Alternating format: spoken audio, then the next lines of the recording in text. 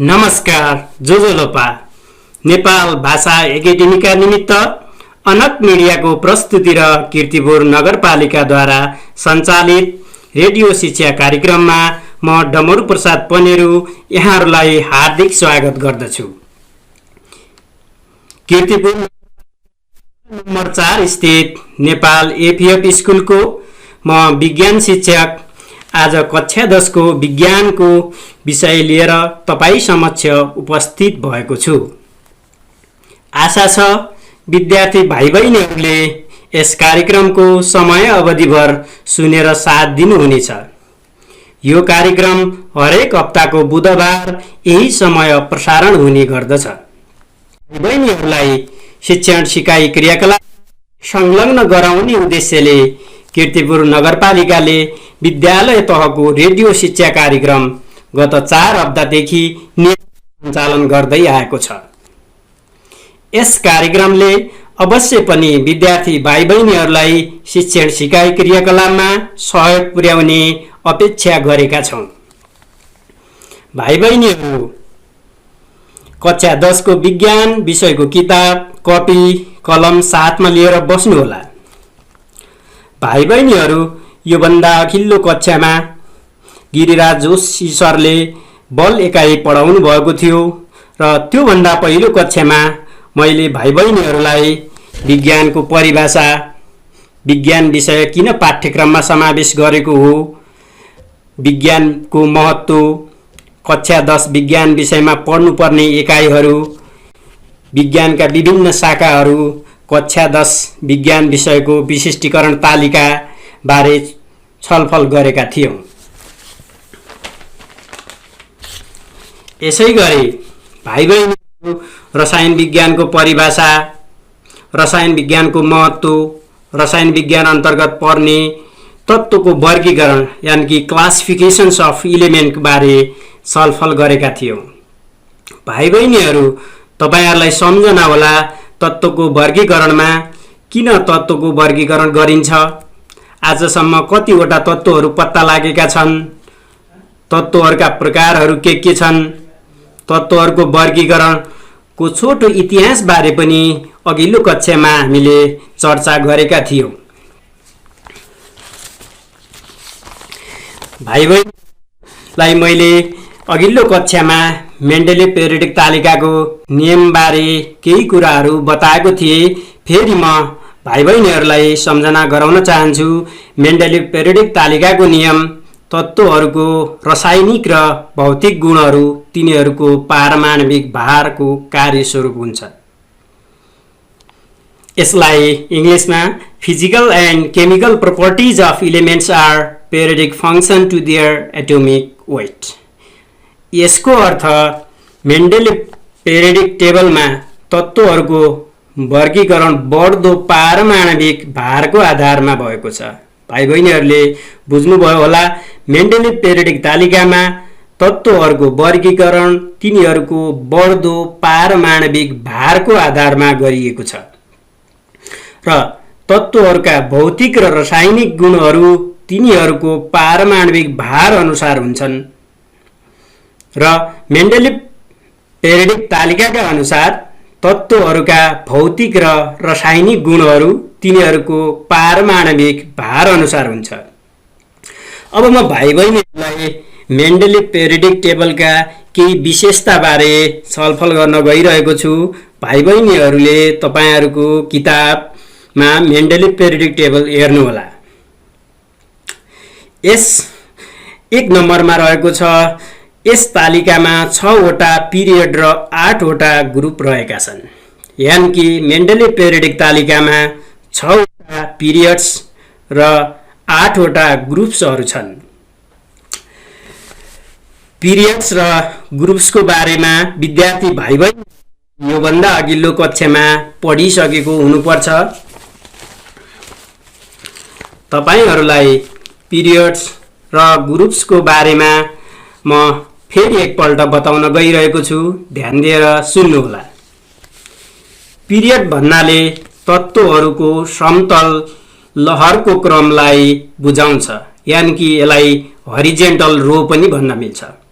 अर्थात् periodic table बायाँबाट दायाँतिरको लहरलाई period भनिन्छ। तपाईहरुले पेरियोडिक टेबल हेरिरहनु भएको होला।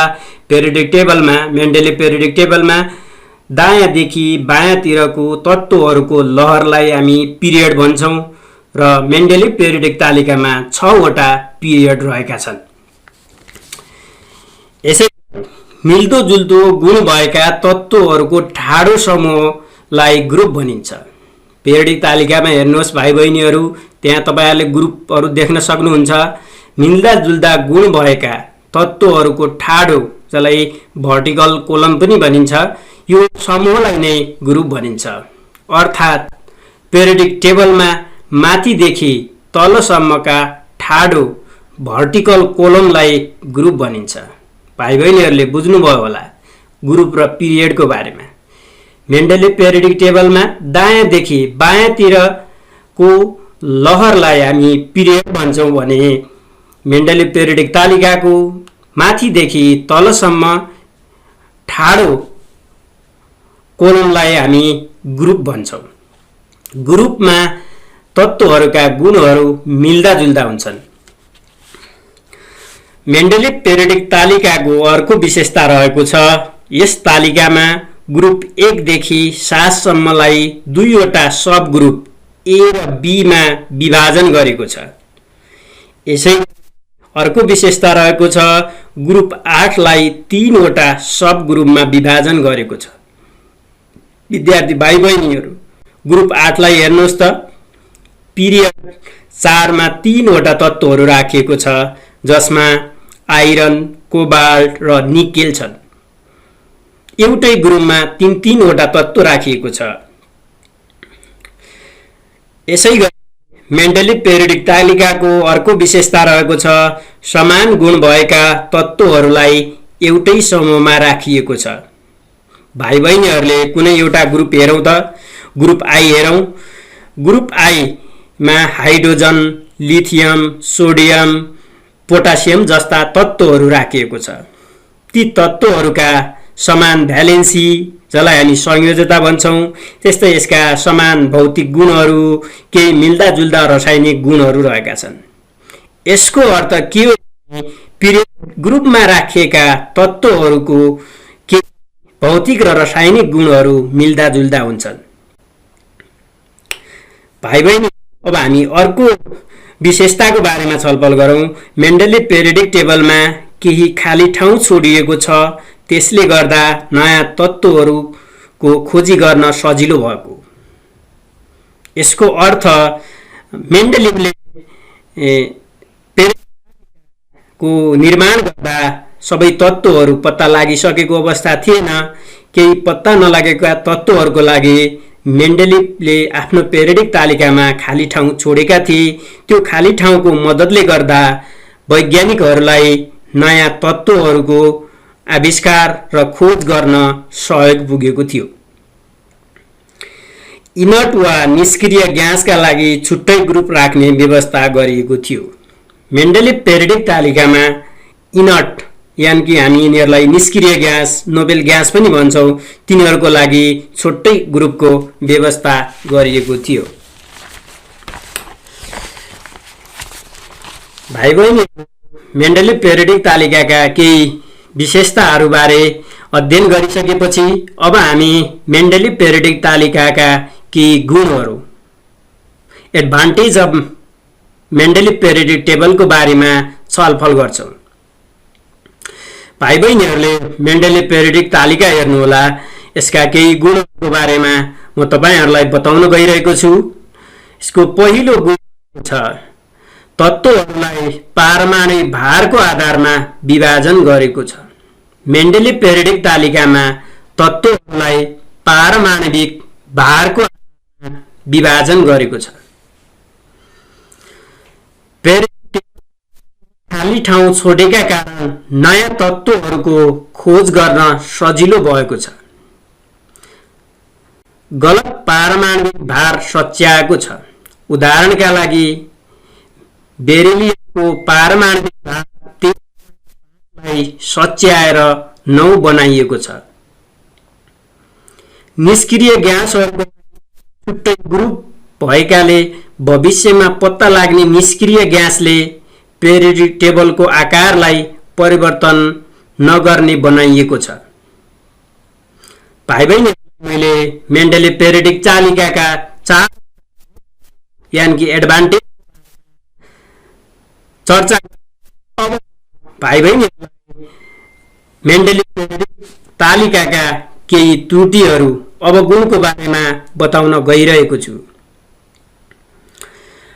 पहिलो त्रुटि रहेको छ हाइड्रोजन ग्यासलाई समूह आईमा अल्काली मेटलसँग राखेको थियो, तर यसलाई ग्रुप 7 हेलोजनसँग पनि राख्न सकिन्थ्यो। त्यसैले हाइड्रोजन स्पष्ट थिएन। भाइ बहिनीहरूले बुझ्नुभयो, मेन्डलले हाइड्रोजन समूह आईसँग राखेको छ र यसलाई समूह VIIसँग हेलोजनसँग पनि राख्न सकिन्थ्यो। यसको बारेमा मेन्डलले पेरियोडिक तालिकामा कुनै व्याख्या गरिएको छैन। त्यसैले हामीले के निष्कर्ष निकाल्न सक्छौं भने हाइड्रोजनको स्थान स्पष्ट थिएन। मेन्डलले पेरियोडिक तालिकामा हाइड्रोजनको स्थान स्पष्ट थिएन। केही समान तत्त्वहरू जस्तै कपर, मर्करीलाई नेपालीमा तामा र पारो भनिन्छ, तर यसलाई फरक फरक समूहमा राखिएको थियो। केही समान गुण भएका तत्त्वहरू तामा र पारोलाई फरक फरक समूहमा राखिएको थियो। केही असमान जस्तै अल्काली धातु र तामा, सुन, चाँदीलाई एउटै समूहमा राखिएको थियो। अल्काली तामा, सुन, चाँदीको विशेषता यिनीहरूको रासायनिक र भौतिक गुण फरक हुन्छ, तर पनि मेन्डलले पेरियोडिक तालिकामा एउटै ग्रुपमा राखिएको थियो। यो पनि मेन्डलले पेरियोडिक तालिकाको एउटा त्रुटि रहेको थियो। यसै दुईवटा उपसमूह यानी कि सब ग्रुपमा र ग्रुप 8 लाई 3वटा सब ग्रुपमा बिना कारण राखेको थियो। ग्रुपहरूलाई सब ग्रुपमा विभाजन कारण स्पष्ट पारिएको थिएन।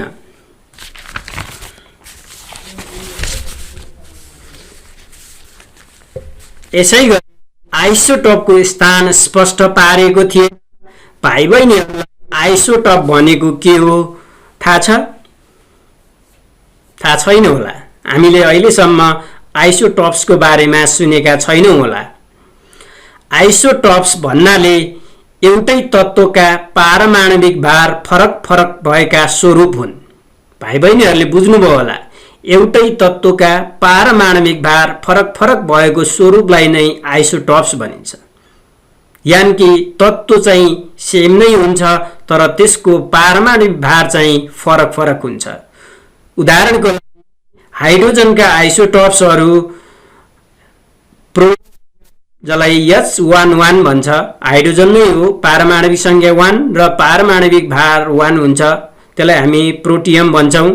त्यस्तै ड्युटेरियम H12 पारमाणविक संख्या 1, पारमाणविक भार 2, जसलाई हामी ड्युटेरियम भन्छौं। त्यस्तै ट्राइटेरियम जसको लाई हामी H13 भन्छौं, जसको पारमाणविक संख्या 1 र पारमाणविक भार 3 छ। भाइ बहिनीहरूले बुझ्नुभयो होला, एउटै हाइड्रोजनका 3वटा स्वरूपहरू छन्, जसमा पारमाणविक संख्या 1 र पारमाणविक भार 1, 2, 3 भएका 3वटा आइसोटोप्सहरू हुँदो रहेछ। अब भाइ स्पष्ट भयो आइसोटोपको बारेमा। आइसोटोप भन्नाले एउटै तत्त्वका पारमाणविक भार फरक फरक भएका स्वरूप हुन्। मेन्डलले पेरियोडिक तालिका अर्को त्रुटि रहेछ बढ्दो पारमाणविक भारका आधारमा तत्त्वहरूको वर्गीकरण गरेको भए पनि केही तत्त्वहरू जस्तै आर्गन पोटासियम भन्दा अगाडि राखिएको छ, तर आर्गनको पारमाणविक भार 40 छ भने पोटासियमको 39 छ। भाइ बहिनीहरू होला, मेन्डलले पेरियोडिक तालिकाको नियम तत्त्वहरूका भौतिक र रासायनिक गुणहरू तिनीहरूको पारमाणविक भारको कार्यस्वरूप हुन्छन् भनेर, यानि कि तत्त्वहरूलाई बढ्दो पारमाणविक भारको क्रममा विभाजन गर्छ। तर मेन्डलले पेरियोडिक तालिका आर्गन पोटासियम भन्दा अगाडि राखिएको छ। आर्गनको पारमाणविक भार 40 छ र पोटासियमको 39 छ। यो पनि मेन्डलले पेरियोडिक तालिकाको ठूलो त्रुटि रहेको छ। भाइ बहिनी, हामीले मेन्डलले पेरियोडिक तालिकाका विशेषता, मेन्डलले पेरियोडिक तालिकाका गुण र मेन्डलले पेरियोडिक तालिकाका केही त्रुटि यानि कि अवगुणहरूको बारेमा चर्चा गर्यौं। मेन्डलले विभिन्न प्रकारका त्रुटिहरू देखिसकेपछि वैज्ञानिकहरूले नयाँ पेरियोडिक तालिका अथवा नयाँ पेरियोडिक नियमको अनुसन्धानमा लागे। यसै आधारमा नयाँ अथवा आधुनिक आधार पत्ता लागेपछि नयाँ पेरियोडिक तालिका अथवा आधुनिक पेरियोडिक तालिका भनेर नामाकरण गरियो।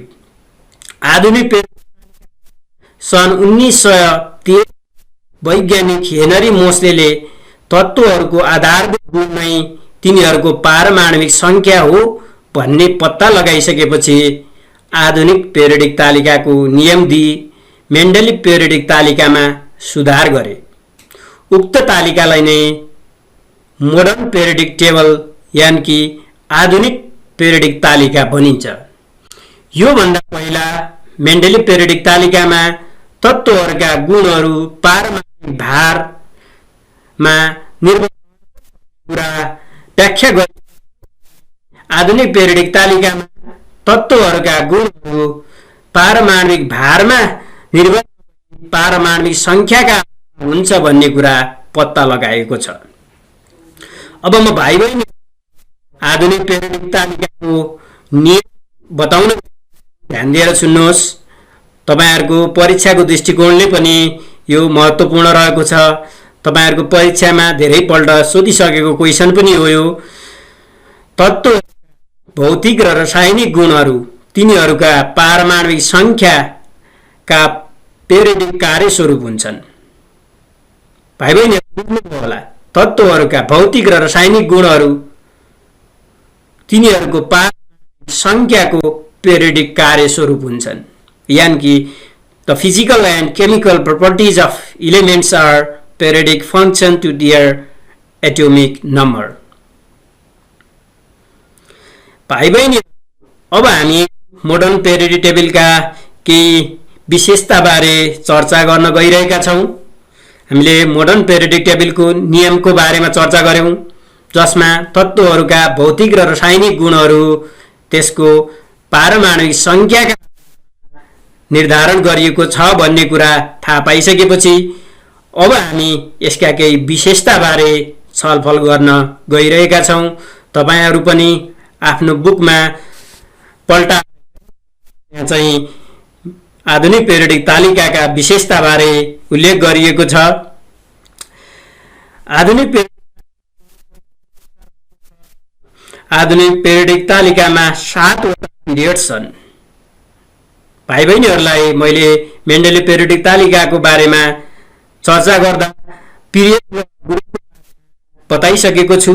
अब तपाईहरु सम्झिनु होला, आधुनिक पेरियोडिक तालिकामा 7 वटा पिरियड रहेका छन्। यानी कि आधुनिक पेरियोडिक तालिकाको बायाँदेखि दायाँसम्मका 7 वटा लहरहरू छन्। ती लहरलाई हामी पिरियड भन्छौं। अब यी 7 वटा गरीमा चर्चा गरौं है त। भाइ बहिनी, आधुनिक पेरियोडिक तालिका हेर्नु होला, म त्यसका केही विशेषताको बारेमा छलफल गर्न गइरहेको छु, तपाईहरुलाई बताउन गइरहेको छु। पहिलो पिरियडमा हेर्नुहोस् त, हाइड्रोजन र हिलियम तत्त्व छन्। यो सबैभन्दा छोटो पिरियड हो। भाइ बहिनीहरुले हेर्नुभयो होला, पहिलो पिरियडमा हाइड्रोजन र हिलियम तत्त्व छन्। यो आधुनिक पेरियोडिक तालिकाको सबैभन्दा छोटो पिरियड हो। यसैगरी पिरियड 8 वटा तत्त्वहरू रहेका छन्। यसलाई छोटो पिरियड यानी कि सर्ट पिरियड भनिन्छ। यसै 4th पिरियडमा 18 वटा तत्त्वहरू रहेका छन्। यसलाई लामो पिरियड्स भनिन्छ, यसलाई लङ पिरियड भनिन्छ। पिरियड 4th र 5th मा 18 वटा तत्त्वहरू रहेका छन्। भाइ बहिनी, पिरियड 6th पिरियडमा 32 वटा तत्त्वहरू रहेका छन्। यसलाई सबैभन्दा लामो लङ्गेस्ट पिरियड भनिन्छ। भाइ बहिनी, क्वेशन सोध्न सक्छ आधुनिक पेरियोडिक तालिकामा सबैभन्दा लङ्गेस्ट, सबैभन्दा लामो, सबैभन्दा छोटो पिरियड कुन हो भनेर। सम्झिनुस् है, पिरियड पहिलो तत्त्व रहेका छन्, त्यो सबैभन्दा सानो अथवा सबैभन्दा छोटो पिरियड हो भने पिरियड 6 मा 32 यानि कि 32 वटा तत्त्वहरू रहेका छन्। यसलाई सबैभन्दा लामो लङ्गेस्ट पिरियड भनिन्छ। अब 7 तत्त्वहरू पूर्ण रूपमा भरिएका छैनन्। भाइ बहिनीहरूलाई थाहा छ होला, अझै पनि वैज्ञानिकहरू नयाँ नयाँ तत्त्वहरूको खोजी गरिरहेका छन्।